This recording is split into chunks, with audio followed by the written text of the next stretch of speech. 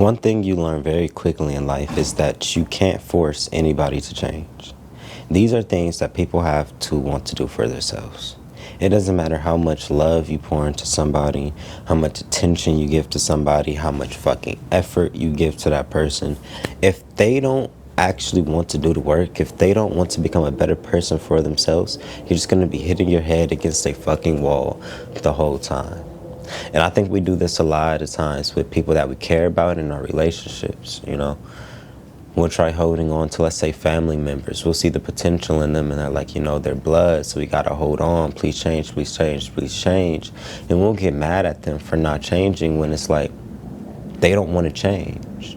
And it's like we should be more mad at ourselves for wanting people to be somebody that they don't want to be for themselves. And that's not always the easiest pill to swallow, but sometimes it's the best pill to swallow. Because you just need to get yourself out of this headspace where you think it's your responsibility or it's your fault why certain things play out how it does. Let this car pass. Wow, that's crazy. They stopped right next to where I'm filming. Crazy work. But yeah, I think a lot of us, we lose ourselves to people because we'll see that they're doing bullshit. They'll actively be treating us like complete shit.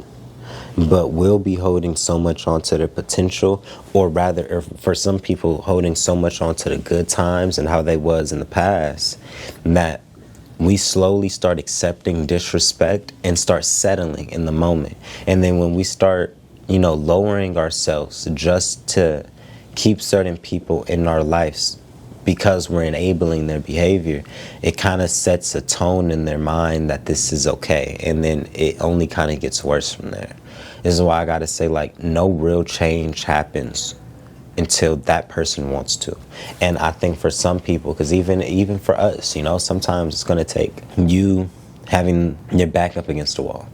Sometimes you gotta get a little bit uncomfortable, you know. Sometimes you gotta damn near go homeless, you know. Sometimes you gotta be like damn near not be able to feed yourself, not be able to, you know, take care of the basic necessities of things. And I think that opens up a lot of people's eyes, like when you don't have access to the person that you really want and the person that you claim that you love, and then you can look back and acknowledge that it was actually your fault.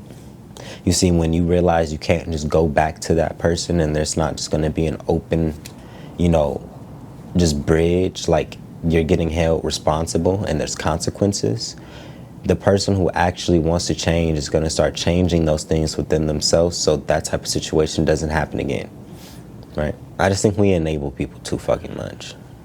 If people are on BS, if people are acting stupid, you give them grace and space. That's a new motto. We giving these motherfuckers grace and space, because anything close or anything in close proximity is just going to start weighing on us. We say it once, we say it twice, we may even say it a third time. But if we want it more than you do, that's a problem. You should never want something more than somebody else wants it for themselves. Because when they really want it for themselves, you'll see it through actions. It's not all this just wishful thinking and shit.